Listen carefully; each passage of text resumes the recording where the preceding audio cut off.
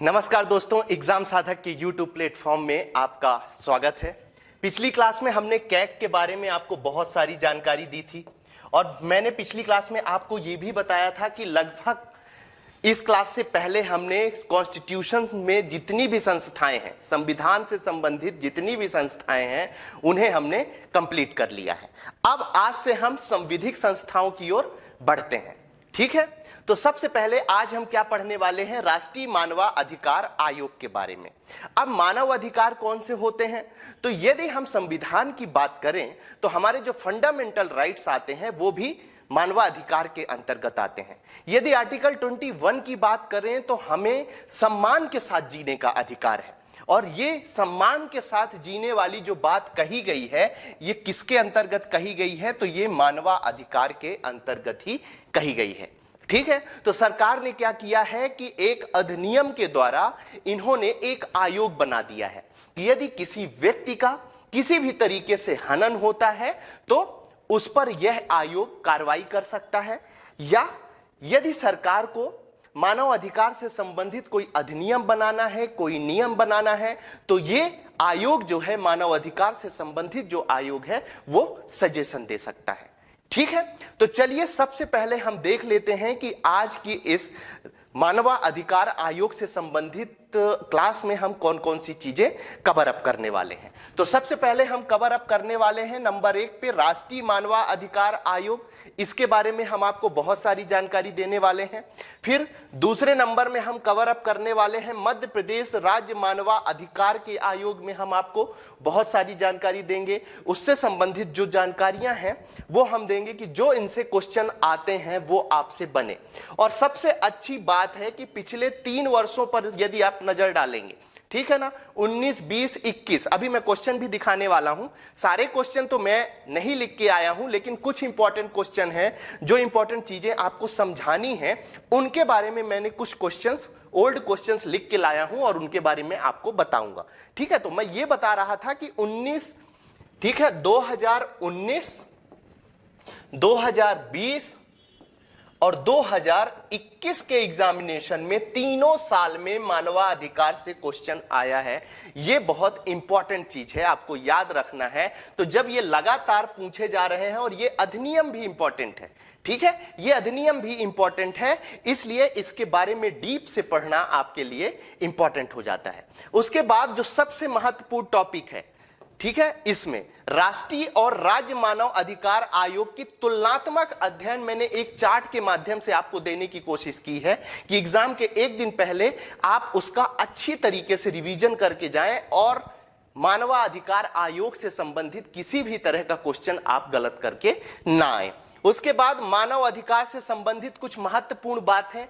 विश्व स्तर पर जो संस्थाएं हैं मानव अधिकार से संबंधित, उन संस्थाओं के बारे में मैं कुछ चीजें आपको देने वाला हूं। साथ ही मध्य प्रदेश में मानव अधिकार के लिए कुछ कदम उठाए गए हैं, उससे संबंधित कुछ जानकारी आज की क्लास में मैं आपको देने वाला हूं। ठीक है, तो चलिए हम शुरुआत करते हैं सबसे पहले राष्ट्रीय मानवाधिकार आयोग। ठीक है, अब ये राष्ट्रीय शब्द लिखा हुआ है तो स्वाभाविक है कि पूरे राष्ट्र के लिए जो मानवाधिकार का मतलब मैंने आपको समझा दिया कि आर्टिकल 21 में, हमारे संविधान के आर्टिकल 21 में हर व्यक्ति को सम्मान के साथ जीने का अधिकार दिया गया है। कैसा अधिकार दिया गया है? सम्मान के साथ जीने का अधिकार हर व्यक्ति को दिया गया है।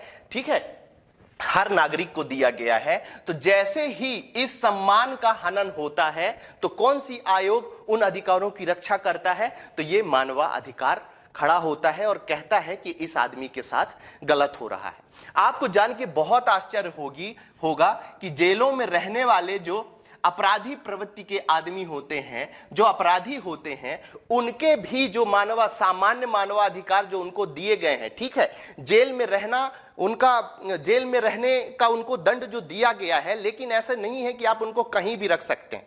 ठीक है, उनके लिए भी जेलों में व्यवस्थित रूप से जो डेली यूज की चीजें हैं या जो डेली आवश्यकताएं हैं, मूलभूत आवश्यकताएं हैं, वो उनको प्रदान की जाएंगी। और ऐसा लगेगा कि उसका हनन हो रहा है तो कौन सा आयोग उन मुलजिमों के साथ, उन अपराधियों के साथ खड़ा होगा? तो ये राष्ट्रीय मानवाधिकार आयोग खड़ा होगा। हर राज्यों के भी अपने मानवाधिकार होते हैं, ठीक है, जैसे मध्य प्रदेश मानवाधिकार आयोग है जिसकी आज हम चर्चा करने वाले हैं, ठीक है।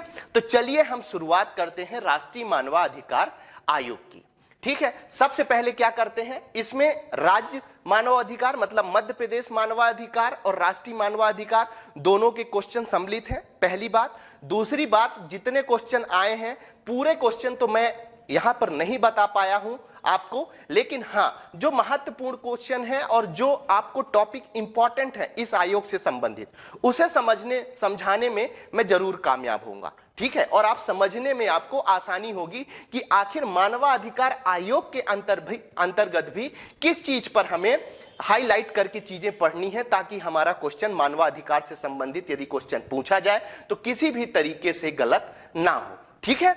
तो चलिए पहला क्वेश्चन देखते हैं जो कब पूछा गया है।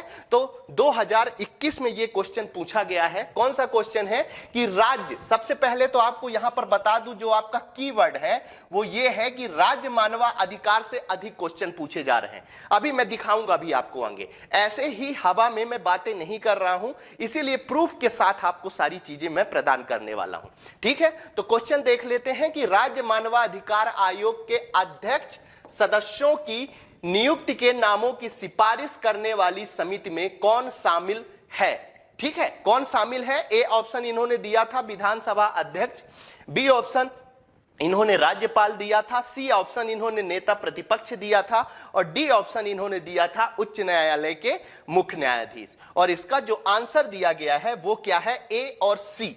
कौन है? विधानसभा अध्यक्ष और नेता प्रतिपक्ष दोनों इसके अंतर्गत आते हैं, ठीक है। अभी आप आंसर पे ध्यान ना भी देंगे तो चीज चलेगी। जो मैं आपको अभी समझाने की कोशिश कर रहा हूं आप उस चीज को पकड़ने की कोशिश कीजिए, ठीक है, समझने की कोशिश कीजिए।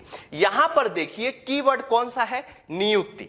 मतलब नियुक्ति से क्वेश्चन पूछे जाते हैं और केवल यही क्वेश्चन नहीं, अभी आगे भी हम देखेंगे तो नियुक्ति से कई तरह के क्वेश्चन पूछे गए हैं। तो यहां पर मैं आपको बताने की कोशिश कर रहा हूं कि नियुक्ति आपके लिए इंपॉर्टेंट है। क्या इंपॉर्टेंट है?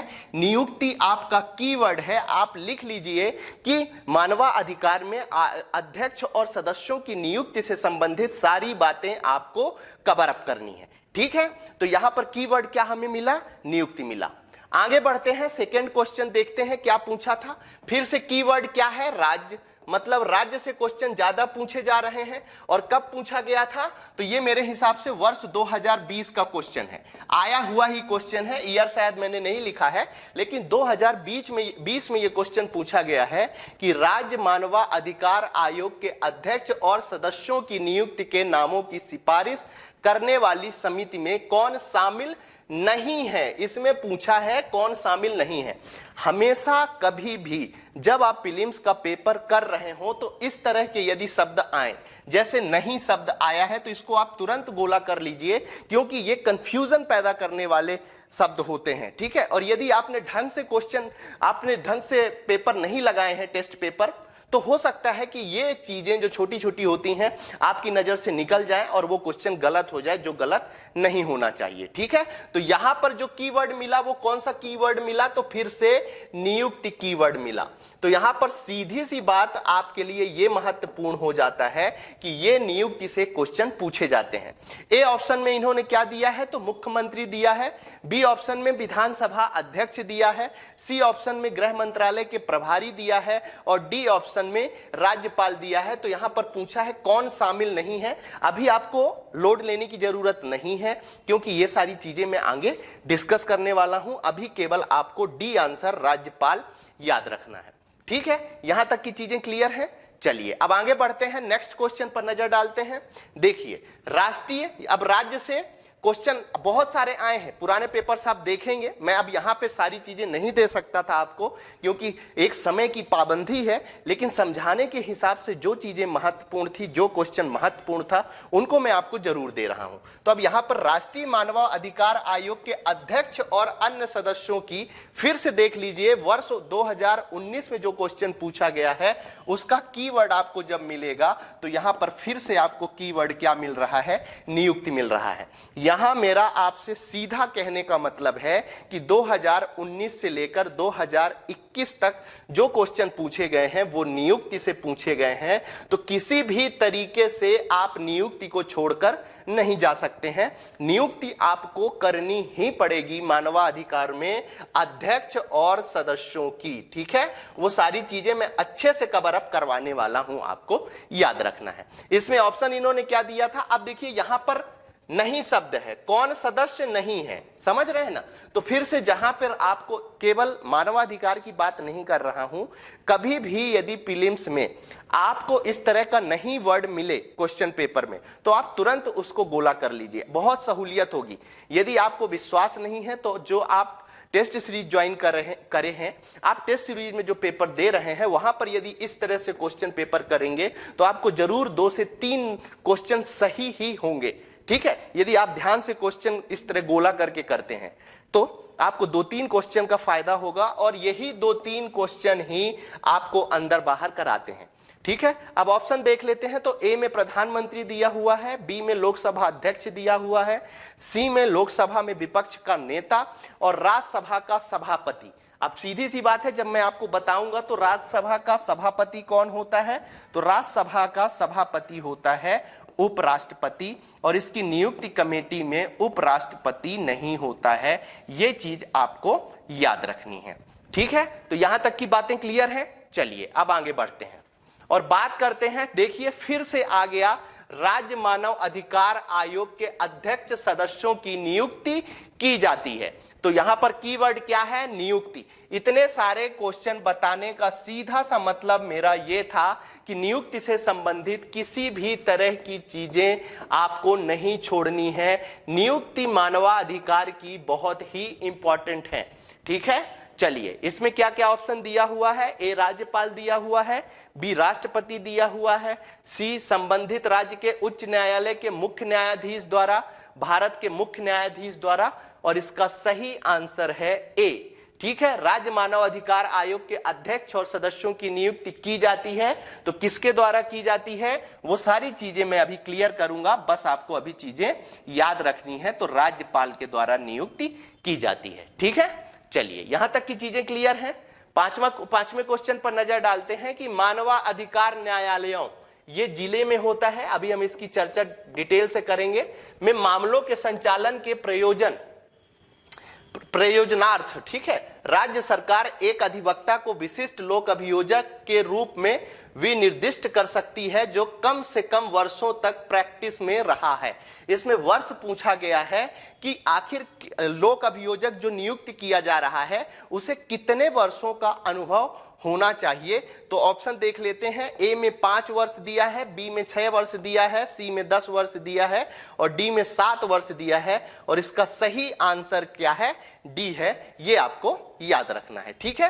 तो यहां तक की चीजें समझ में आ गई। अभी तक सारी चीजें जो मैं आपको कीवर्ड पकड़ाने की कोशिश कर रहा था कि मानवाधिकार से जो क्वेश्चन पूछे जाते हैं वो मैक्सिमम क्वेश्चन कहां से पूछे जाते हैं, तो 2 चीजें, एक तो नियुक्ति से क्वेश्चन पूछे जाते हैं, और नंबर 2 जो है वो राज्य मानव अधिकार से क्वेश्चन अधिक पूछे जाते हैं। ये भी आपको याद रखना है, ठीक है। दोनों चीजें क्लियर हैं। चलिए अब आगे बढ़ते हैं और बात करते हैं सामान्य परिचय की।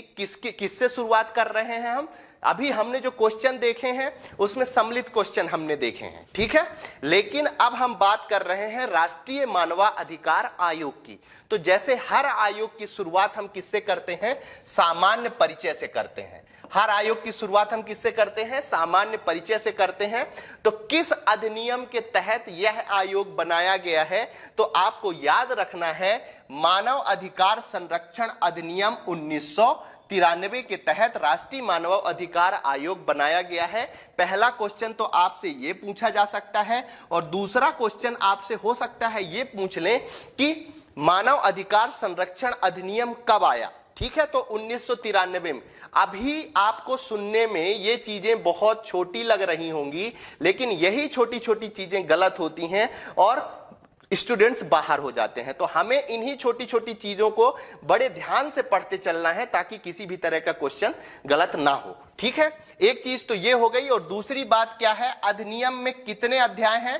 8 अध्याय और 43 धाराएं सम्मिलित की गई हैं मानव अधिकार अधिनियम में। ठीक है, मतलब ये मानव अधिकार संरक्षण अधिनियम की बात कर रहा हूं मैं अभी। तो यदि आपसे कभी पूछ लिया जाए, आयोग की बात नहीं है, अभी किसकी बात चल रही है? मानव अधिकार संरक्षण अधिनियम में। यदि कभी भी आपसे पूछ लिया जाए कि अधिनियम में कितने अध्याय और कितनी धाराएं सम्मिलित हैं, तो आपको याद रखना है 8 अध्याय और 43 धाराएं मानव अधिकार संरक्षण अधिनियम के अंतर्गत आती हैं। ठीक है, अब इस अधिनियम में मतलब मानव अधिकार संरक्षण अधिनियम 1993 में 3 तरह के आयोगों की बात की गई है। कितने तरह के आयोगों की बात की गई है? 3 तरह के आयोगों की बात की गई है और तीनों ही हमारे लिए बहुत इंपॉर्टेंट है, क्योंकि मैंने अभी पीछे दिखाया तीनों आयोग से क्वेश्चन आए हुए थे। राष्ट्रीय मानव अधिकार आयोग का क्वेश्चन मैंने आपको दिखाया, आया हुआ था या नहीं आया हुआ था? आया हुआ था। राज्य मानव अधिकार का क्वेश्चन मैंने आपको दिखाया, आया हुआ था कि नहीं आया हुआ था? बिल्कुल आया हुआ था। उसके बाद मानव अधिकार न्यायालय जो जिला स्तर पे होते हैं, इनसे संबंधित क्वेश्चन आया था, जो अंतिम क्वेश्चन मैंने दिखाया। वो क्वेश्चन दिखाने का मेरा उद्देश्य यही था कि मैं आपको ये भरोसा दिला सकूं कि इस अधिनियम के अंतर्गत जो 3 आयोग बनाए गए हैं, उन तीनों आयोगों से क्वेश्चन पूछे जाते हैं। राष्ट्रीय मानवाधिकार आयोग इसके अंतर्गत रखा गया है, राज्य मानवाधिकार आयोग इसके अंतर्गत रखा गया है और साथ में मानव अधिकार न्यायालय भी किसके अंतर्गत रखा गया है? मानव अधिकार संरक्षण अधिनियम 1993। ठीक है, अब बहुत ही इंपॉर्टेंट क्वेश्चन आपके सामने आ रहा है और आपको पूरा डेट सहित याद रखनी है कि राष्ट्रीय मानव अधिकार आयोग की स्थापना कब की गई है। तो आपको याद रखनी है इसकी स्थापना 12 अक्टूबर 1993 में। स्थापना किस अधिनियम के तहत की गई थी? तो मानव अधिकार संरक्षण अधिनियम 1993 के तहत। और स्थापना कब की गई थी? तो ये 12 अक्टूबर भी आपको याद रखना है। अब 12 अक्टूबर याद रखने का आपका अपना तरीका होगा। ठीक है, उसमें क्या हो सकता है? किसी का बर्थडे है, ठीक है, आपस में जो आपके सबसे करीब है। अब मैं बताऊंगा नहीं कि कौन कितना करीब किसके है, लेकिन जो भी आपके करीब है उसके बर्थडे यदि आसपास पड़ता है तो आप उसको याद करके इससे जोड़ के और डेट याद रख सकते हैं। तो राष्ट्रीय मानव अधिकार आयोग की स्थापना यदि आपसे पूछी जाए तो 12 अक्टूबर 1993 में स्थापना की गई थी। ये चीज आपको याद रखनी है। ठीक है, इसके अलावा सामान्य परिचय में हम कुछ बातें और बता देते हैं जिनसे क्वेश्चन बन सकते हैं। मैंने पहले भी आपको बोला है और अभी भी बोल रहा हूं कि या तो आपसे सीधा फैक्चुअल क्वेश्चन पूछा जाएगा और जो क्वेश्चन स्टेटमेंट में पूछे जाएंगे। ठीक है, कि पहले स्टेटमेंट दे देते हैं उसके बाद ऑप्शंस देते हैं। तो जो क्वेश्चंस स्टेटमेंट में पूछे जाएंगे उसमें भी किसका प्रयोग किया जाता है? तो फैक्चुअल प्रयोग ही किया जाता है। हो सकता है वो दे दें कि राष्ट्रीय मानवाधिकार आयोग का मुख्यालय मुंबई है। ठीक है, तो इसके लिए आपको पता होना चाहिए कि राष्ट्रीय मानवाधिकार आयोग का मुख्यालय कहां पर है? तो नई दिल्ली में है। यह आपको याद होना चाहिए। ठीक है, उसके बाद गठन की बात करते हैं तो अक्टूबर 1991 में पेरिस में, कहां पर? पेरिस में मानव अधिकार संरक्षण के लिए एक अंतरराष्ट्रीय कार्यालय से इसे अंगीकृत किया गया है। ठीक है, इससे कोई ऐसे क्वेश्चन पूछने की संभावना नहीं है, फिर भी आपको पता होना चाहिए। इसका उद्देश्य क्या है? तो संविधान, न्यायालय, अंतरराष्ट्रीय संधियों में निर्मित जीवन स्वतंत्रता की समता को प्राप्त कराना। मैंने आपको शुरू में ही बताया है कि यदि किसी भी तरीके से मानव के अधिकारों का हनन होता है तो उस हनन को बचाने के लिए, हनन कैसे हो सकता है? कोई संवैधानिक अधिकार दिए गए हैं तो हो सकता है कि वो अधिकार किसी व्यक्ति को ना मिल रहे हो, तो उस हनन से बचाने के लिए ये आयोग की स्थापना की गई है। इसकी प्रकृति क्या है? तो कभी कभी क्या हो सकता है कि संविधिक का मतलब मैंने पहली क्लास में आपको अच्छी तरह से बताया है कि जो विधिक मतलब विधि मतलब एक्ट एक्ट के अनुसार जो आयोग बनाए गए हैं उन्हें संविधिक कहा जाता है। और हो सकता है आपको ऑप्शन में गैर संवैधानिक भी मिल जाए, ठीक है, या तो ये पूछ लेगा कि प्रकृति में संवैधानिक ऑप्शन दे सकता है या प्रकृति में गैर संवैधानिक ऑप्शन दे सकता है। तो आपको याद रखना है कि इनमें से कोई भी टिक आप कर सकते हैं और देगा एक ही, ठीक है। यहां तक की सारी चीजें क्लियर हैं। और थोड़ा सा पढ़ लेते हैं कि मानव अधिकार की सार्वभौमिक उद्घोषणा संयुक्त राष्ट्र महासभा में 1948 में अंगीकृत की गई थी। यह क्वेश्चन बन सकता है और यह क्वेश्चन पूछा जा सकता है। इस उद्घोषणा को मानव अधिकारों में प्रथम अंतरराष्ट्रीय मैग्ना कार्टा भी कहा जाता है। अब यहां पर दूसरा क्वेश्चन क्या बन सकता है कि मानवाधिकार से संबंधित क्या पूछ सकते हैं आपसे, मानवाधिकार से संबंधित प्रथम अंतरराष्ट्रीय मैग्ना कार्टा कौन सा है। तो आपको बताना है कि 1948 की जो घोषणा की गई है, क्या बताना है, 1948 की जो घोषणा की गई है संयुक्त राष्ट्र महासभा के द्वारा, वही क्या कहलाएगा, अंतरराष्ट्रीय मैग्ना कार्टा के अंतर्गत आएगा, ठीक है। उसके बाद एक चीज आपको पता ही होगी, लेकिन मैं एक बार फिर से आपको रिवीजन करा देता हूं कि 10 दिसंबर को विश्व मानव अधिकार दिवस मनाया जाता है। इससे भी क्वेश्चन पूछे जा सकते हैं, ठीक है। तो इतनी चीजें क्लियर हो गई। ये सामान्य परिचय मैंने आपको दे दिया राष्ट्रीय मानवाधिकार आयोग के बारे में, और इनसे कैसे क्वेश्चन बन सकते हैं उनके बारे में भी मैंने आपको बता दिया। मैंने हमेशा बताया है कि आपको क्या करना है कि लेफ्ट से राइट पहले पढ़ना है और फिर राइट से लेफ्ट। आप यदि इस तरह से क्वेश्चन रिपीट करके पढ़ेंगे तो वहां पर कंफ्यूजन आप पढ़ना शुरू करिए, आपको खुद अंतर समझ में आएगा, ठीक है, खुद अंतर समझ में आएगा। इसलिए मैं आपसे बोलता हूं एक बार ऐसे पढ़िए और एक बार ऐसे पढ़िए। ऐसे पढ़ने का मतलब क्या है कि प्रथम अंतरराष्ट्रीय मैग्ना कार्टा किसे कहा जाता है, ठीक है। या हो सकता है ऐसा पूछ लिया जाए आपसे कि मानवाधिकार से संबंधित प्रथम अंतरराष्ट्रीय मैग्ना कार्टा कौन सा है, तो वहां पर नीचे ऑप्शन में हो सकता है आपको दिया हो कि मानवाधिकार जो 1948 में घोषणा की गई थी, उद्घोषणा की गई थी, वही है, ठीक है। यहां तक की चीजें क्लियर है। सामान्य परिचय के बारे में मैंने आपको सारी चीजें बता दी। अब बात करता हूं मैं राष्ट्रीय मानवाधिकार आयोग की संरचना के बारे में, ठीक है। संरचना बहुत ही इंपॉर्टेंट है। संरचना हो गई, नियुक्ति हो गई, इनसे क्वेश्चन आते हैं। 4 स्टार बना के आप नोट डाउन भी कर सकते हैं। यदि आप नोट डाउन नहीं करते हैं तो इसकी पीडीएफ जो मैं पढ़ा रहा हूं, इसकी कंप्लीटली इसी तरह की पीडीएफ हमारे टेलीग्राम चैनल एग्जाम साधक में आपको उपलब्ध करा दी जाएगी, जहां से आप डाउनलोड करके आराम से पढ़ सकते हैं, ठीक है। यहां तक की सारी चीजें क्लियर है। चलिए अब आगे बढ़ते हैं। सबसे पहले तो इसकी संरचना में कौन कौन शामिल होते हैं, कितने सदस्य होते हैं, ये सारी चीजें जानना इंपॉर्टेंट हो जाता है, ठीक है। तो कौन कौन शामिल होता है राष्ट्रीय मानवाधिकार आयोग की संरचना में, तो एक अध्यक्ष होता है, ठीक है। उसके बाद 5 पूर्णकालिक सदस्य होते हैं। कितने पूर्णकालिक सदस्य होते हैं, 5 पूर्णकालिक सदस्य होते हैं। उसके बाद 7 पदेन सदस्य होते हैं। पदेन का मतलब जैसे किसी आयोग के अध्यक्ष होंगे तो उस आयोग का कोई भी अध्यक्ष होगा तो इसमें सम्मिलित होंगे। तो ऐसे कितने आयोगों को शामिल किया गया है, तो 7। यहां पर क्वेश्चन बनने की यह संभावना है कि राष्ट्रीय मानवाधिकार आयोग की संरचना में पदेन सदस्यों की संख्या कितनी है, यह आपसे क्वेश्चन पूछा जा सकता है।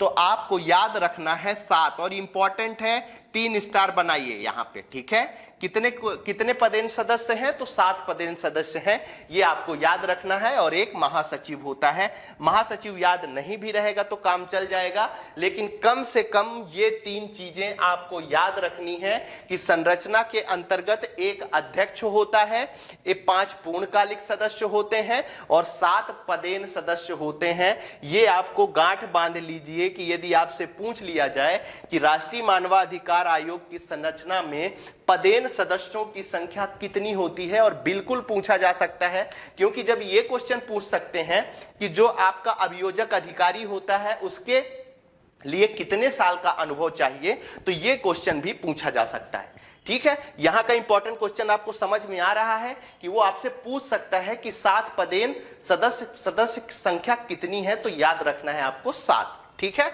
उसके बाद अध्यक्ष कौन बनेगा, तो ये भी इंपॉर्टेंट हो जाता है। कौन कौन अध्यक्ष बनेगा, तो एक सुप्रीम कोर्ट का पूर्व या सेवानिवृत्त न्यायाधीश इसका अध्यक्ष बन सकता है, या कार्यरत मुख्य न्यायाधीश भी इसका सदस्य बन सकता है। ये दोनों चीजें आपको याद रखनी है। सदस्य कौन कौन से सम्मिलित होंगे, तो याद रखना है, एक सदस्य सुप्रीम कोर्ट का सेवानिवृत्त या कार्यरत न्यायाधीश, इसके अंतर्गत सम्मिलित किया जाएगा। एक सदस्य हाई कोर्ट का सेवानिवृत्त या कार्यरत न्यायाधीश। ठीक है, याद रखिएगा, ये जो 5 सदस्य हैं इनकी बात कर रहा हूं मैं। अध्यक्ष की बात मैंने आपको बता दी। अध्यक्ष कौन होगा, तो सुप्रीम कोर्ट का पूर्व सेवानिवृत्त न्यायाधीश इसके अंतर्गत शामिल होगा, और कार्यरत भी जो मतलब जो पद पे बैठे हुए हैं वो भी हो सकता है। ठीक है, किसकी बात कर रहा हूं, मुख्य न्यायाधीश नहीं। याद रखिएगा, मैंने पिछली क्लास में भी आपको बताया है कि जब भी इस तरह के कंफ्यूजन वाले क्वेश्चन हो तो वहां पर रुक लेना है, कि यदि आपको लगता है कि जैसे सेवा शर्तों की बात होती है तो वो राष्ट्रपति भी बना सकता है, केंद्र सरकार भी बना सकता है, तो ऐसे क्वेश्चन में थोड़ा सा रुक के आपको सॉल्व करना है। ठीक है, यदि एक बार में आपके दिमाग में नहीं आ रहा है तो उस क्वेश्चन को उस टाइम पे आप क्या करिए, स्किप कर दीजिए। ठीक है, उसके बाद आप आगे बढ़ के और वो क्वेश्चन सॉल्व करिए। सेम कंडीशन यहां है कि यदि हो सकता है वो लिख दे कि एक अध्यक्ष मानवाधिकार कौन बनता है, तो सुप्रीम कोर्ट का पूर्व न्यायाधीश हो सकता है। पूर्व न्यायाधीश के बाद यहां पर क्या लिख सकता है, सुप्रीम कोर्ट का पूर्व मुख्य न्यायाधीश। ठीक है, ये छोटे छोटे खेलों से, छोटे छोटे शब्दों से खेलते हैं। ठीक है, तो इनसे बचना है आपको। ठीक है, और कार्यरत मुख्य न्यायाधीश क्या है कि जितने भी सुप्रीम कोर्ट में वर्तमान समय में मुख्य न्यायाधीश हैं उनमें से किसी को भी इसका अध्यक्ष बनाया जा सकता है। यहां तक की चीजें क्लियर है। चलिए आगे बढ़ते हैं और सदस्य की बात करते हैं। तो एक सदस्य किसका होगा, सुप्रीम कोर्ट का सेवानिवृत्त या कार्यरत न्यायाधीश सम्मिलित किया जाएगा। एक सदस्य किसका होगा, सुप्रीम कोर्ट का। ठीक है, और एक सदस्य किसका होगा, हाई कोर्ट का। और 3 सदस्य जो होंगे वो किसके होंगे, तो मानवाधिकार विशेषज्ञ, जिसमें एक महिला अनिवार्य है। ठीक है, अब यहां पर जो स्टेटमेंट वाले क्वेश्चन होते हैं वो ऐसा पूछ सकता है कि राष्ट्रीय मानवाधिकार आयोग की संरचना में जो 5 पूर्णकालिक सदस्य होते हैं उसमें एक महिला का होना अनिवार्य है, ऐसा भी लिख सकता है, या उसमें लिख सकता है कि उसमें एक महिला का होना अनिवार्य नहीं है। ठीक है, तो ऐसे क्वेश्चनों से आपको बच के रहना है। ठीक है, गलत नहीं करना है। अब बात करते हैं हम 7 पदेन सदस्य की। सबसे इंपॉर्टेंट बात तो मैं आपको यहां पर यह बता दूं कि ये जो 7 पदेन सदस्य हैं इन्हें आपको उंगलियों में याद होना चाहिए कि कौन कौन से सदस्य हैं, क्योंकि इनसे जो क्वेश्चन बनने की संभावना है वो ये पूछा जा सकता है कि राष्ट्रीय मानव अधिकार आयोग की संरचना में इनमें से कौन सा सदस्य सम्मिलित नहीं है।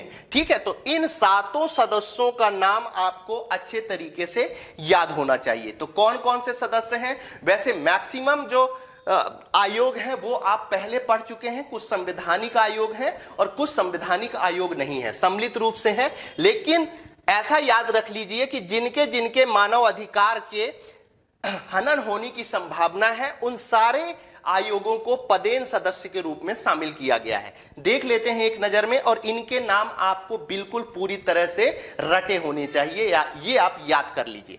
राष्ट्रीय अनुसूचित जाति आयोग का अध्यक्ष इसका पदेन सदस्य होता है, नंबर 1। राष्ट्रीय अनुसूचित जनजाति आयोग का इसका पदेन सदस्य होता है। पिछड़ा वर्ग आयोग का अध्यक्ष इसका पदेन सदस्य होता है। महिला आयोग के, जिसके बारे में हम आगे पढ़ने वाले हैं, उसकी जो अध्यक्ष होंगी उसका पदेन सदस्य होंगी।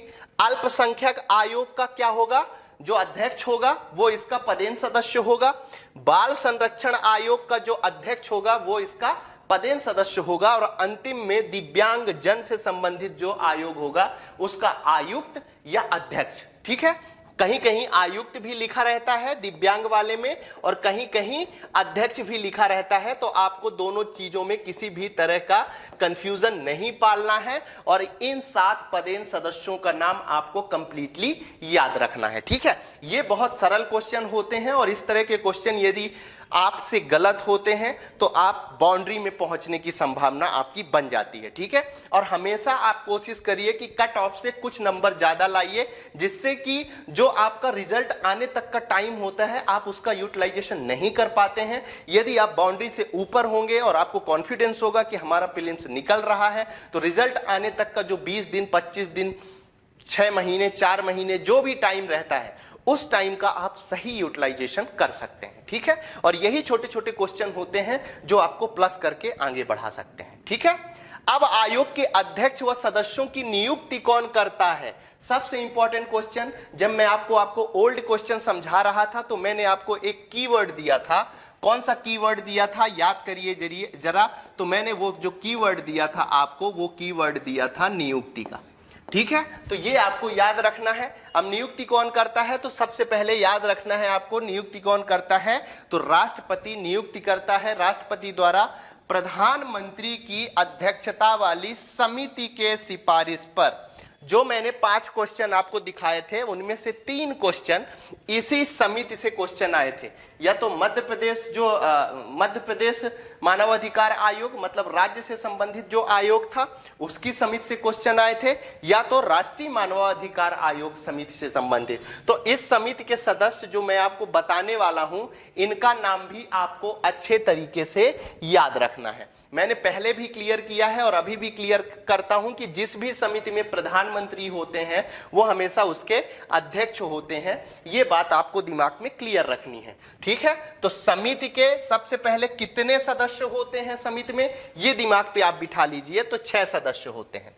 कितने सदस्य होते हैं? 6 सदस्य होते हैं। और अभी मैंने आपको क्वेश्चन दिखाया है कि किस तरह से पूछा जाता है कि इनमें से समिति का सदस्य या समिति में कौन सा सदस्य सम्मिलित नहीं है। ठीक है, नियुक्ति समिति में, नियुक्ति समिति की बात कर रहे हैं। मैं बार बार आपसे बोल रहा हूं किसकी बात कर रहे हैं हम, नियुक्ति समिति की बात कर रहे हैं। ठीक है, तो ये चीज आपको याद रखनी है। प्रधानमंत्री इसके अध्यक्ष होते हैं, लोकसभा अध्यक्ष इसमें सम्मिलित होते हैं, ये आपको याद रखना है। लोकसभा विपक्ष के नेता याद रखना है आपको। राज्यसभा के उपसभापति, इंपॉर्टेंट चीज है, स्टार बनाइए और नोट डाउन करिए, ये हाईलाइटेड पॉइंट है, आपको याद रखना है कि राज्यसभा के उपसभापति इसके अंतर्गत सम्मिलित किए जाते हैं। उसके बाद राज्यसभा में विपक्ष के नेता को भी सम्मिलित किया जाता है। और केंद्रीय गृह मंत्री बहुत इंपॉर्टेंट है, यह समिति में शामिल की जाती है। किस समिति में? जो मानवाधिकार के अध्यक्ष और सदस्यों की नियुक्ति करते हैं उस समिति के अंतर्गत ये सम्मिलित किए जाते हैं सारे लोग। प्रधानमंत्री सम्मिलित किए जाते हैं, लोकसभा अध्यक्ष सम्मिलित किए जाते हैं, लोकसभा में विपक्ष का नेता सम्मिलित किया जाता है, राज्यसभा के उपसभापति सम्मिलित किए जाते हैं, राज्यसभा में विपक्ष का नेता सम्मिलित किया जाता है और केंद्रीय गृह मंत्री को सम्मिलित किया जाता है। ठीक है, अब कार्यकाल और शर्तों के बारे में थोड़ी बहुत जानकारी मैं आपको दे देता हूं। तो इसका कार्यकाल आपका बहुत इंपॉर्टेंट है क्योंकि दूसरे आयोगों से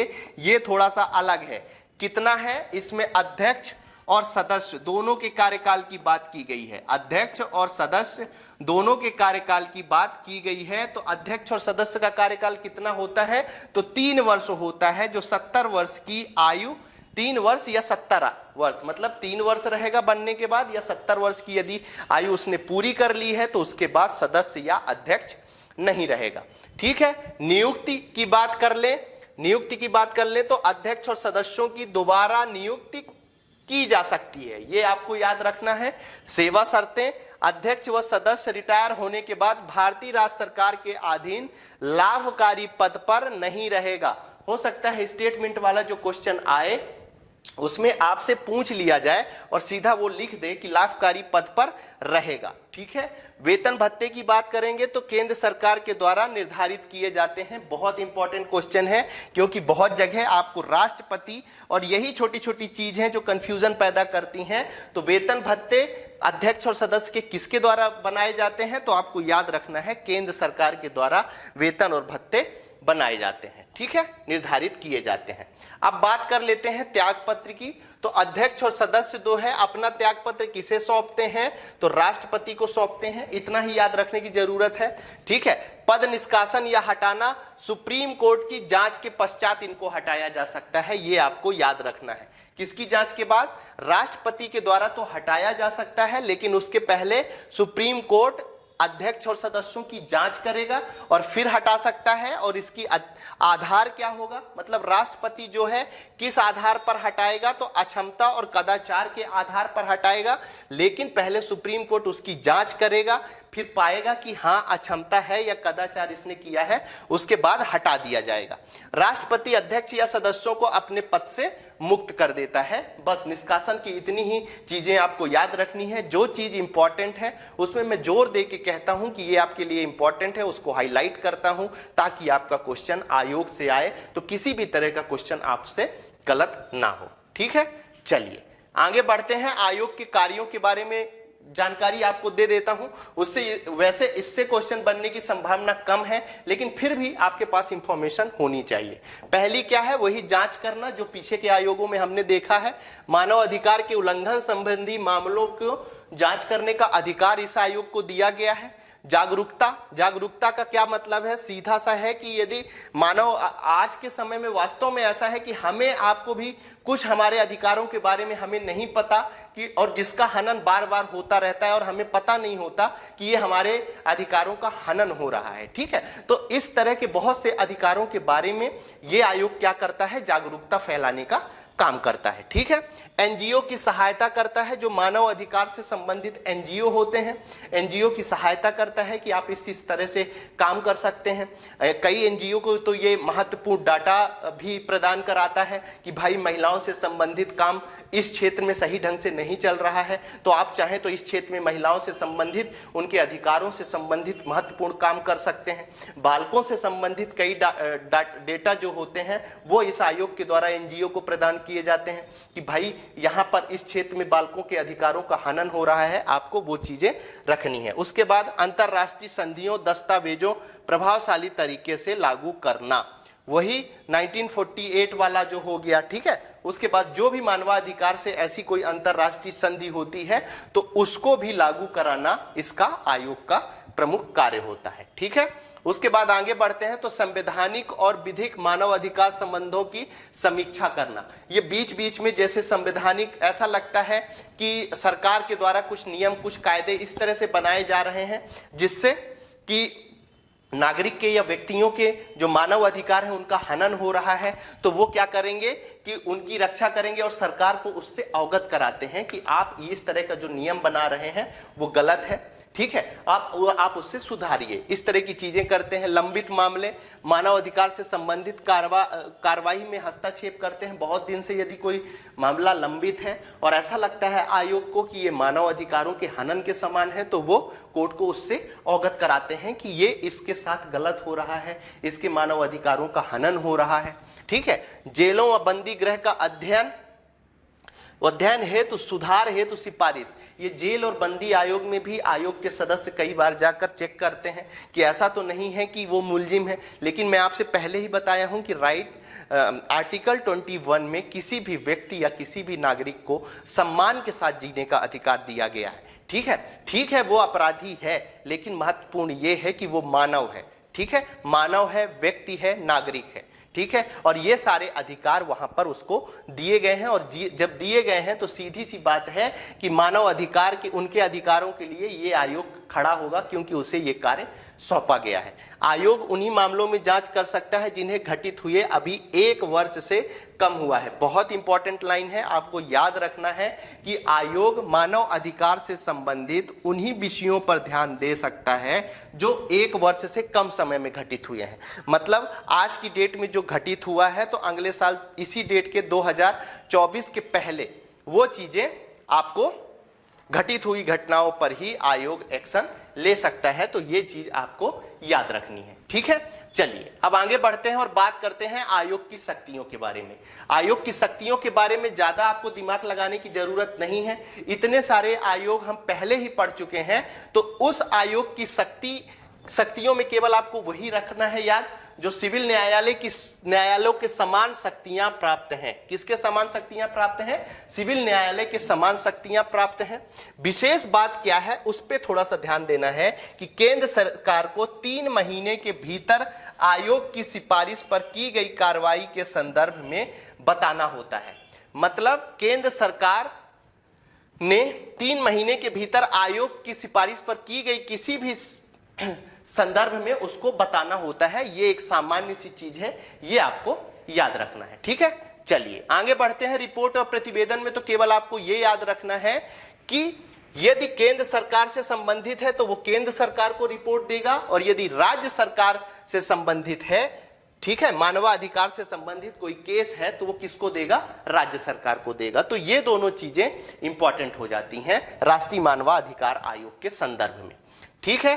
अब अध्यक्ष में मैंने आपको पहले ही बताया है कि हर आयोग के अध्यक्षों से संबंधित जो बात है वो बिल्कुल अंतिम में बताऊंगा, और उसका कारण ये है कि ये हमेशा अपडेट मांगते हैं, ठीक है। इसलिए हर आयोग के बाद में मैं इनके बारे में बताता हूं आपको, और जो अपडेट करना होता है आप कर लें, इसी चीज को ध्यान में मैं रखता हूं। तो प्रथम अध्यक्ष यदि पूछा जाए कि राष्ट्रीय मानव अधिकार आयोग का प्रथम अध्यक्ष कौन था, तो आपको याद रखना है रंगनाथ मिश्रा। 3 स्टार बनाइए और नोट डाउन करिए, रंगनाथ मिश्रा जो हैं प्रथम अध्यक्ष हैं मध्य प्रदेश में। ये क्वेश्चन बहुत अब हम बात करते हैं अध्यक्ष और सदस्यों की नियुक्ति की। तो अभी जब हम previous year question paper discuss कर रहे थे आपसे, तो मैंने आपको बार बार बताया था 2 कीवर्ड्स दिए थे, ठीक है। 2 कीवर्ड्स दिए थे। पहला कीवर्ड मैंने क्या दिया था? पहला कीवर्ड दिया था मैंने राज्य। राज्य का मतलब क्या है? मध्य प्रदेश राज्य मानवाधिकार आयोग, ठीक है। मतलब अधिकतम क्वेश्चन जो पूछे जा रहे हैं, और खासकर 2019 से लेकर 2021 तक की हम बात करें तो राज्यों से संबंधित, मतलब राज्य के मानवाधिकार से संबंधित अधिक क्वेश्चन पूछे जा सकते हैं। इसलिए मैंने पहला कीवर्ड आपको क्या दिया था? राज्य दिया था। दूसरा कीवर्ड मैंने आपको क्या दिया था? दूसरा कीवर्ड मैंने आपको दिया था नियुक्ति, ठीक है। दूसरा कीवर्ड हम किस आधार पर नियुक्ति दिया था मैंने आपको? कि इससे अधिकतम क्वेश्चन पूछे जा रहे हैं, ठीक है। इसीलिए ये वाला जो टॉपिक है हमारा बहुत इंपॉर्टेंट हो जाता है आपके एग्जाम के लिहाज से। आपको याद रखना है कि ये जो कीवर्ड दिए हैं ये मैंने ऐसे ही उठा के नहीं दे दिए हैं। पहले मैंने पुराने पेपर जो प्रीवियस ईयर क्वेश्चन पेपर है उनको आधार बनाया है मैंने, तब आपको ये कीवर्ड मैं दे रहा हूं, ठीक है। और इनसे क्वेश्चन पूछे जाते हैं, और ये चीजें आपको अपनी उंगलियों में याद होनी चाहिए, ठीक है। चलिए, तो सबसे पहले नियुक्ति की बात करते हैं। तो राज्यपाल द्वारा मुख्यमंत्री की अध्यक्षता वाली, तो यदि सीधा क्वेश्चन पूछा जाए, जो पूछा गया था कि राज्यपाल मतलब अध्यक्ष और सदस्यों की नियुक्ति कौन करता है, तो ठीक है, तो राज्यपाल करता है, ये याद रखना है। और दूसरी चीज क्या याद रखना है? मुख्यमंत्री की अध्यक्षता वाली जो समिति बनती है, ठीक है। तो यहां पर आपको जानना थोड़ा सा ये इंपॉर्टेंट हो जाता है कि इस समिति में कौन कौन से लोग शामिल किए गए हैं। तो अध्यक्ष कौन होगा? तो मुख्यमंत्री हो गए, ये याद रखना है। विधानसभा अध्यक्ष इस समिति में शामिल किया जाएगा। और तीसरा क्या? विधानसभा में विपक्ष का नेता भी इसके अंतर्गत शामिल किया जाएगा। और राज्य का गृह मंत्री, जब हम राष्ट्रीय मानवाधिकार आयोग की बात कर रहे थे तो वहां भी गृह मंत्री की हमने बात की थी, और यहां भी हम गृह मंत्री की बात कर रहे हैं। मतलब मानव अधिकार आयोग के लिए ये गृह मंत्री चयन समिति पर जरूर रहेंगे, ये आपको याद रखनी है, ठीक है। चलिए आगे बढ़ते हैं। तो कार्यकाल और सेवा शर्तें, तो कार्यकाल वही है जो राष्ट्रीय मानवाधिकार आयोग की थी, वही कार्यकाल है। कितना कार्यकाल है? तो 3 वर्ष है, और 70 वर्ष की आयु जो भी पहले हो जाती है उसके अंतर्गत, ठीक है। थोड़ा सा दूसरे आयोगों से अलग है इसका कार्यकाल, इसलिए पूछा भी जा सकता है और आपको पता भी होना चाहिए। और दूसरी बात क्या है? नियुक्ति। अध्यक्ष व सदस्यों की दोबारा नियुक्ति की जा सकती है। इसी तरह राष्ट्रीय मानवाधिकार से आयोग से संबंधित मैंने आपसे बात बताई थी, ठीक है। चलिए सेवा शर्तों की बात करते हैं। तो अध्यक्ष और सदस्य रिटायर होने के बाद भारत सरकार या राज्य सरकार के अधीन लाभकारी पद पर नहीं होंगे। और लाभकारी पद पर क्यों नहीं होंगे? मैंने आपको पहले बताया था कि इनको स्वतंत्रता प्रदान की जाती है, अपने काम के लिए इनको स्वतंत्रता प्रदान की जाती है, ताकि ये किसी भी तरह सरकार के दबाव में या किसी मंत्री मिनिस्टर के दबाव में आकर काम ना करें।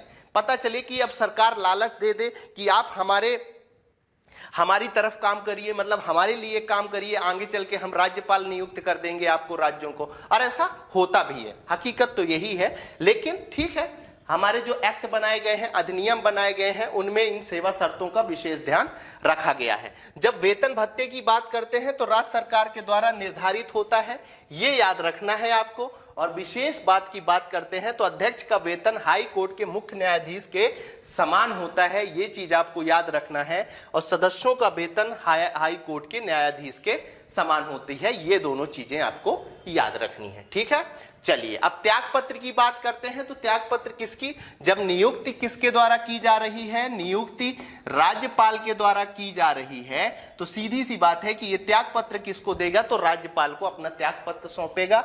विशेष बात क्या है, नियुक्ति राज्यपाल के द्वारा की जाती है, किंतु हटाने का अधिकार किसको है, राष्ट्रपति को है। 4 स्टार बनाइए और इसको नोट डाउन करिए। मैं हमेशा बोलता हूं कि जो चीज अलग होगी, जो चीज हाईलाइट होगी और जिनसे क्वेश्चन पूछे जाने की संभावना होगी, ठीक है, जिनसे क्वेश्चन पूछे जाने की संभावना होगी उनको मैं हाईलाइट कर रहा हूं। यहां पर क्या बोला जा रहा है कि नियुक्ति किसकी की जा रही है, अध्यक्ष और सदस्यों की नियुक्ति किसके द्वारा, तो राज्यपाल के द्वारा नियुक्ति की जा रही है। और किसके द्वारा हटाया जा रहा है, तो राष्ट्रपति के द्वारा हटाया जाता है। यह बहुत इंपॉर्टेंट हो जाता है आपके लिए। हटाने की प्रक्रिया उसी प्रकार जैसे राष्ट्रीय मानव अधिकार आयोग के अध्यक्ष को हटाया जाता है। ठीक है, चलिए आगे बढ़ते हैं, रिपोर्ट प्रतिवेदन की बात करते हैं। तो ये किसको देता है, तो राज्य सरकार को अपनी रिपोर्ट देता है, ये याद रखना है। और राज्य सरकार किस में रखवाता है, तो विधानमंडल में। इसमें कोई नई चीज नहीं है।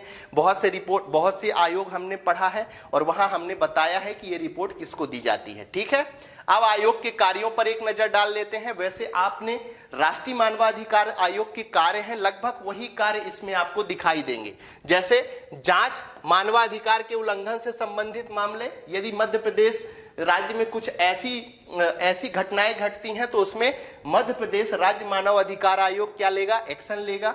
एनजीओ के प्रयासों की सहायता की जाती है। मैंने आपको पीछे समझाया है कि बताया जाता है, इसमें बहुत सारे डाटा एनजीओ को प्रदान किए जाते हैं कि भैया मान लीजिए ये क्षेत्र है, यहाँ पर बालकों की स्थिति बहुत कमजोर है, बालकों के अधिकारों का हनन हो रहा है, तो एनजीओ को कहता है आयोग कि आप वहां पर जाके काम करिए। ठीक है, तो इस तरह से सहायता करता है। लंबित मामले, यदि बहुत ज्यादा कोर्ट में लंबित मामले हैं तो ये आयोग जाके क्या बोलता है कोर्ट से, आयोग जाके कोर्ट से बोलता है कि साहब एक काम करिए आप कि मामला बहुत दिनों से लटका हुआ है, इससे क्या हो रहा है कि व्यक्ति के मानवाधिकारों का हनन हो रहा है। ठीक है, उसके बाद अंतरराष्ट्रीय संधियों को प्रभावशाली बनाने के लिए कार्य करना, जेल व बंदी गृहों में जाकर स्थिति का जायजा लेना। जेल और बंदी गृहों में मैंने आपको बताया कि आर्टिकल 21 के तहत सभी व्यक्ति को सम्मान के साथ जीने का अधिकार दिया गया है। तो व्यक्ति आखिर जेल में बंद अपराधी भी हैं, भले उन्होंने अपराध किया है, उसके पीछे का रीजन जो भी हो उससे अपने को मतलब नहीं है, लेकिन जेल में भी उनको कुछ मानव अधिकार प्रदान किए गए हैं। और आर्टिकल 21 कहता है कि आपको जीने का अधिकार, सम्मान के साथ जीने का अधिकार दिया गया है।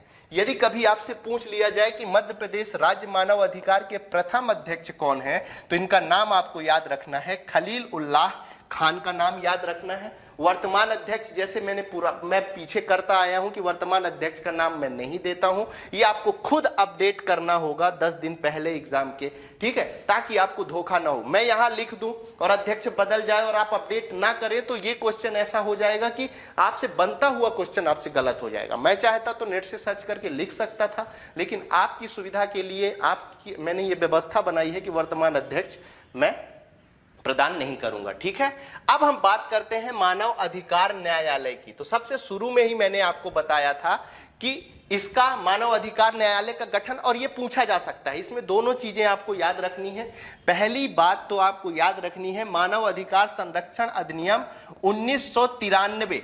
हो सकता है आपसे पूछ लें कि किस अधिनियम के तहत मानव अधिकार न्यायालय की स्थापना की जाती है, तो आपको याद रखना है मानव अधिकार संरक्षण अधिनियम 1993 की। फिर से धारा बता रहा हूं, राज्य मानव अधिकार की धारा किसमें की गई थी, तो सेक्शन 21 में की गई थी, मैंने आपको बताया था। और ये सेक्शन धारा 30 में, 3 स्टार बनाइए और नोट डाउन करिए, ये बिल्कुल पूछे जाने की संभावना है। ठीक है, या तो आपसे अधिनियम पूछ लेगा या पूछ लेगा कि किस अधिनियम की धारा के अंतर्गत मानव अधिकार न्यायालय स्थापित किया गया है, या हो सकता है स्टेटमेंट वाला क्वेश्चन दे दे तो वो सीधा क्वेश्चन आपको दे देगा। ठीक है, उसके बाद स्थिति की बात करते हैं। तो प्रत्येक जिले में मानव अधिकार हनन के मामले में तेजी से जांच हेतु इसको बनाया गया है। सीधा सा मतलब ये समझ लीजिए कि उद्देश्य यदि पूछा जाए कि मानव अधिकार न्यायालय का स्थापना, तो प्रत्येक जिले में, मैंने आपको बताया था क्रम वही है,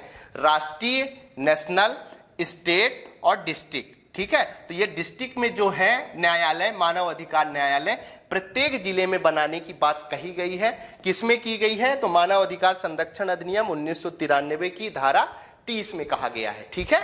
चलिए आगे बढ़ते हैं, इसको और समझने की कोशिश करते हैं। स्थापना कैसे होती है? तो राज्य सरकार राज्य के उच्च न्यायालय के मुख्य न्यायाधीश के परामर्श पर करता है। यह भी इंपॉर्टेंट है, 3 स्टार बनाइए और नोट डाउन करिए कि राज्य सरकार के राज्य के उच्च न्यायालय के मुख्य न्यायाधीश के परामर्श पर किसके द्वारा की जाती है?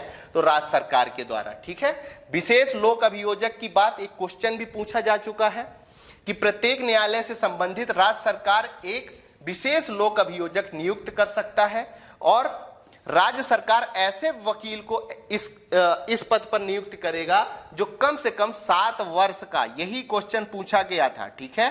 3 स्टार बनाइए और नोट डाउन करिए कि कम से कम 7 वर्ष की वकालत का अनुभव उसके पास हो, ठीक है। यहां तक की चीजें क्लियर है। चलिए अब आगे बढ़ते हैं और बहुत इंपॉर्टेंट चार्ट मैं आप लोगों को दे रहा हूं, इसीलिए मैं आपको बोलता हूं कि यदि आपको पीडीएफ की जरूरत हो तो हमारे टेलीग्राम चैनल एग्जाम साधक में जाकर आप पीडीएफ डाउनलोड कर सकते हैं और उससे आराम से पढ़ सकते हैं। इसमें किसी भी तरह की शुल्क नहीं ली जा रही है, ठीक है। चलिए एक नजर पर देख लेते हैं, राष्ट्रीय मानव अधिकार और राज्य मानव अधिकार के बारे में अंतर को समझ लेते हैं। तो सबसे पहले धारा 3 राष्ट्रीय मानव अधिकार अधिनियम 1993 की बात कर रहे हैं हम। उसी के अंतर्गत सबसे शुरू में मैंने आपको बताया था कि तीनों की जो स्थापना की गई है उसी अधिनियम के अंतर्गत की गई है। तो राष्ट्रीय मानव अधिकार आयोग पूछा जाए कि किस धारा के अंतर्गत बनाया गया है, तो धारा 3 के अंतर्गत बनाया गया है। राज्य मानव अधिकार आयोग यदि पूछा जाए तो धारा 21 के अंतर्गत बनाया गया है। संरचना की बात कर लें, ये सारी चीजें आप देख चुके हैं, इसलिए मैं एक नजर पे आपको बता देता हूं जल्दी जल्दी। 1 अध्यक्ष और 5 पूर्णकालिक सदस्य और 7 पदेन सदस्य होते हैं। 1 अध्यक्ष और 2 अन्य सदस्य होते हैं। नियुक्ति समिति में कौन कौन होता है? तो प्रधानमंत्री होते हैं, लोकसभा स्पीकर होता है, ठीक है। उसके बाद केंद्रीय गृह मंत्री होता है, लोकसभा में विपक्ष का नेता, राज्यसभा में विपक्ष का नेता और राज्यसभा का उपसभापति। इसमें धोखा नहीं खाना है आपको, वो सभापति भी लिख सकता है आपको धोखा देने के लिए, लेकिन आपको धोखे से बचना है। फिर राज्य मानव अधिकार में कौन कौन होता है? तो मुख्यमंत्री होते हैं, विधानसभा स्पीकर होता है, राज्य गृह मंत्री होता है, विधानसभा में विपक्ष का नेता होता है। त्यागपत्र धारा 5 के तहत राष्ट्रपति को, त्यागपत्र धारा 21 के तहत राज्यपाल को दिया जाता है। कार्यकाल धारा 6 में बताया गया है 3 वर्ष और 70 वर्ष, ठीक है, 3 वर्ष या 70 वर्ष। राज्य मानव अधिकार आयोग में भी होगा। प्रथम अध्यक्ष कौन थे राष्ट्रीय मानव अधिकार आयोग के अंतर्गत? तो रंगनाथ मिश्रा। और राज्य मानव अधिकार में खलीलुल्लाह खान। रिपोर्ट किसको सौंपता है? तो केंद्र सरकार को। और राज्य मानव अधिकार आयोग किसको सौंपता है? तो राज्य सरकार को सौंपता है, ठीक है। अब कुछ अन्य बातें हैं जिनके बारे में आपको पता होनी चाहिए, वो डिस्कस कर लेते हैं। एमनेस्टी इंटरनेशनल, तो सबसे पहले क्या है? तो आप ये समझ लीजिए कि मानव अधिकार से संबंधित अंतरराष्ट्रीय एक स्वयंसेवी संस्था है। ये आपसे पूछा जा सकता है, इसकी स्थापना पूछी जा सकती है, ठीक है। तो 3 स्टार बना के आप नोट डाउन करिए। 28 मई 1961 को इसकी स्थापना की गई है और मुख्यालय कहां पर है? तो लंदन यूके में है।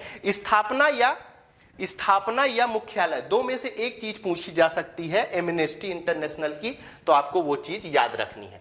उसके बाद आपसे पूछा जा सकता है संयुक्त राष्ट्र मानव अधिकार परिषद। तो सबसे पहले क्या है? तो विश्व भर में मानव अधिकारों के प्रचार और संरक्षण को मजबूत करने के लिए एक परिषद है।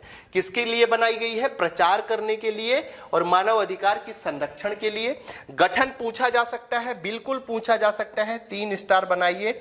15 मार्च 2006 को संयुक्त राष्ट्र महासभा द्वारा इसका गठन किया गया था। यदि मुख्यालय पूछा जाए, और पूछा ही जाएगा, ठीक है, जिनेवा स्विट्जरलैंड में संयुक्त राष्ट्र मानव अधिकार परिषद का मुख्यालय है, ठीक है। यह चीज आपको याद रखनी है। एक छोटी सी चीज और मैं बता देता हूं आपको कि आयोग मित्र योजना मध्य प्रदेश मानव अधिकार आयोग के द्वारा इसकी शुरुआत की गई है, ये याद रखना है। हो सकता है कि जब आपसे ऑप्शन पूछा जाए आयोग मित्र योजना के अंतर्गत तो आपसे पूछ लें कि हो सकता है यहां पर दे दे केंद्र सरकार के द्वारा या राष्ट्रीय मानव अधिकार आयोग के द्वारा आयोग मित्र योजना की शुरुआत की गई है, ऐसा भी बोल सकते हैं। तो इस कंफ्यूजन से आपको बचना है और मध्य प्रदेश मानव अधिकार आयोग के द्वारा जो है आयोग मित्र योजना की शुरुआत की गई है। और कब की गई है? तो 1 अप्रैल 2006 को की गई है, ये आपको याद रखना है। ये शुरुआत तो बिल्कुल ही याद रखना है, 3 स्टार बनाइए और नोट डाउन करिए, ठीक है। चलिए अगली क्लास में हम क्या कवर अप करने वाले हैं उसकी बात बता दूं मैं आपको। तो राष्ट्रीय महिला आयोग के बारे में हम अगली क्लास में पढ़ने वाले हैं, साथ ही मध्य प्रदेश राज्य महिला आयोग के बारे में भी हम पढ़ने वाले हैं, ठीक है। उसके साथ ही यदि हमारी चीजें आपको पसंद आ रही हैं तो आप हमारे वीडियो को लाइक कर सकते हैं। जिन्होंने सब्सक्राइब नहीं किया है वो सब्सक्राइब कर सकते हैं। मैं बार बार बोल रहा हूं कि यदि आपको इस क्लास की पीडीएफ चाहिए तो हमारे टेलीग्राम चैनल एग्जाम साधक में जाकर आप प्राप्त कर सकते हैं, जिसकी लिंक इस वीडियो के डिस्क्रिप्शन में दी हुई है। आप सभी के उज्जवल भविष्य की शुभकामनाओं के साथ आज की क्लास हम यहीं समाप्त करते हैं। धन्यवाद।